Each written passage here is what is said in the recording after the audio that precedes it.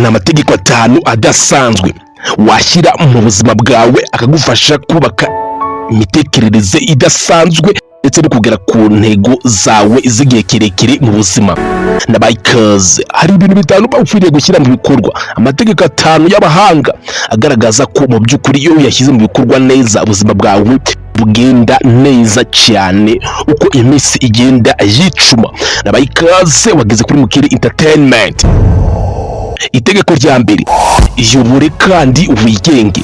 Intangiriro y'intsinzi mu buzima bwawe ni ukwimenya ndetse no gufata imyanzuro itoza ubwonko bwawe kugendera kuri discipline cyangwa se kugendera ku ntego wiyemeje. Intego wiyemeje ntabwo zigomba guhindurwa nk'uko wiyumva. Ugomba gukora ibishoboka byose ibyo wiyemeje cyose ugikora udashingiye ku marangamutima ufite y'ako kanya.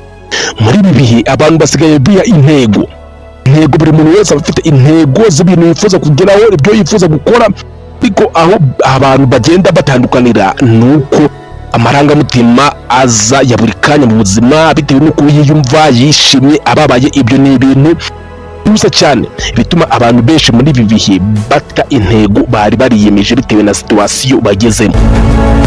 Amarangamutima yonyine asigaye atuma umuntu ahita yibagirwa n'ibyo yari yariyemeje gukora.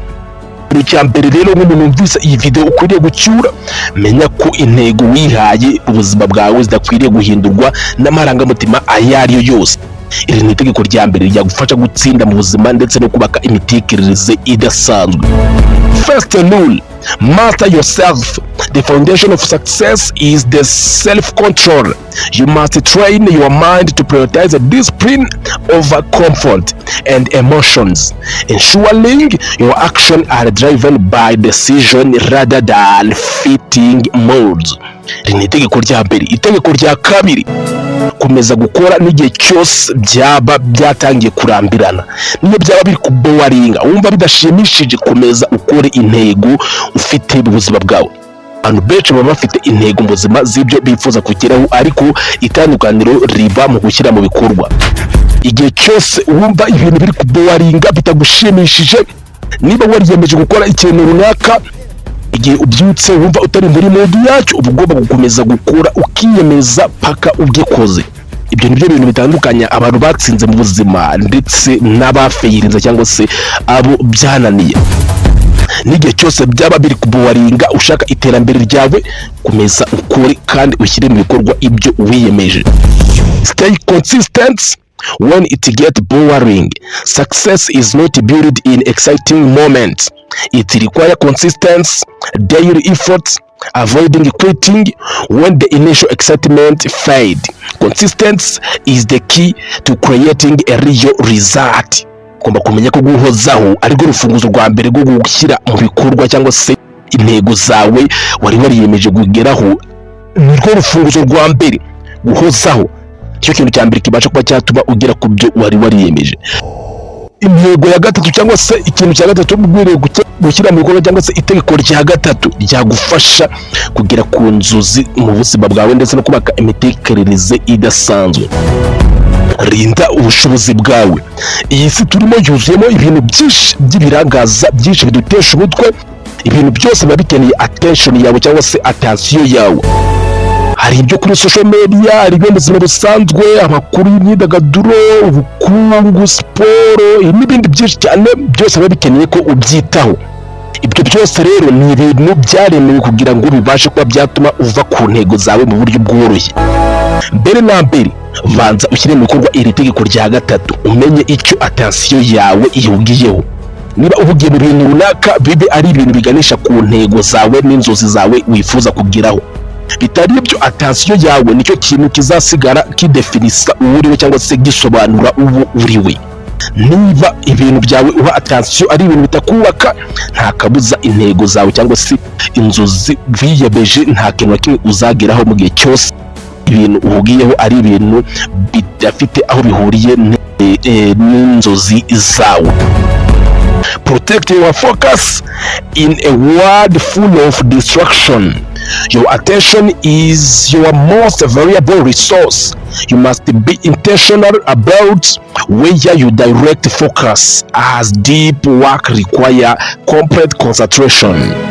Ugomba kurinda ririnda ibyo uvugiye cyangwa se ibyo ureba cyangwa se ikintu cyose wifuza kugeraho muri iyi si yuzuyemo ibirangaza byinshi cyane. Ibintu uzaha amaso yawe uzibandaho cyane nibyo bintu bishobora kuzagabanya attention yawe wari ufite ku nzozi zawe.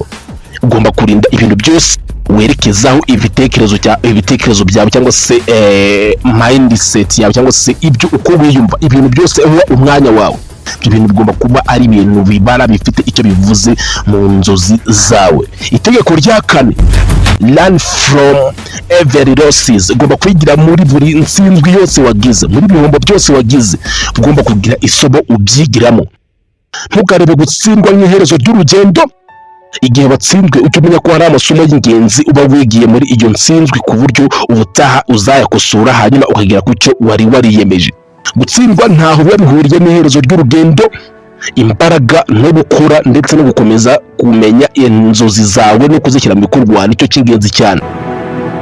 Do not view failure as the end, but essential feedback. Every mistake provides a reason that it faced honestly, strengthless your resilience and capability. Gutsindwa kwawe nta hantu kuba guhuriye no guhomba nyine ngo wumve ko iherezo ry'urugendo rirangiye. Bikuramo amasomo hanyuma ukomeze ku nzozi zawe cyangwa se ku ntego zawe. Itegeko rya 5 ryagufasha kubaka imitekerereze ihambaye no kugera ku nzozi z'ubuzima bwawe. Ntukave kwizima kuko abahanga babigaragaza. Decision to keep going when you think it get difficult. Nubwo ibintu byawe bikomeye ugakomeza kugenda. Icyemezo cyo gukomeza gukora ibintu nubwo waba ubona bigoye, kwihangana no kumenya intego zawe nicyo kintu cy'ingenzi uba ukwiriye gushyira mu bikorwa muri ibi bihe, kuko kugera ku nzozi zawe cyangwa se ku ntego zawe ni ibintu biba bitoroshye mu gihe cyose waba uva kwizima cyangwa se haba hari ikintu kiguhungabanyije ukumva ko ibyo bintu ubiretse. Iyo ubiretse burundu niko gutsindwa kwawe kwa mbere, kandi iyo watsinzwe nyine wabiretse uba watsinzwe burundu. Ntukamanike amaboko. Muri iyi video nakomeje kuvuga ku ikintu kijyanye n'inzozi, intego. Byo ni ibintu byagarutsemo cyane. Ikintu uba upfuriye gutekerezaho, ese inzozi zawe ni izihe? Ni gute wamenya inzozi zawe? Muri video zitaha niba utaramenya inzozi zawe uyu munsi nzarakorera video mbasobanurira neza ese inzozi ni iki, ni gute wagira inzozi, ni gute watekereza, ni gute wamenya icyo ukeneye mu buzima. Ibyo byose tuzabirebera hamwe mu biganiro biri imbere. Iki niba wagikunze ukandi subscribe kandi like, uduhe igitekerezo cyawe muri comment, agasobanuye motivation, hanyuma utubwire uko nabo ubyumva. Igitekerezo cyawe ni ingenzi. Hanyuma tuzabategurira n'ikindi kiganiro kubasobanurira uko wamenya inzozi zawe. Ese inzozi biki, ni gute wamenya inzozi zawe, uzabwirwa n'iki ko inzozi zawe uzifite. Ibyo byose tuzabirebera hamwe mu kindi kiganiro kiri imbere. Hanyuma ukore like kugira ngo dukomeze kubategurira ibindi biganiro byinshi cyane. Agasobanuye motivation hano kuri Mukiri Entertainment, igihe ritwa Mr. Sam.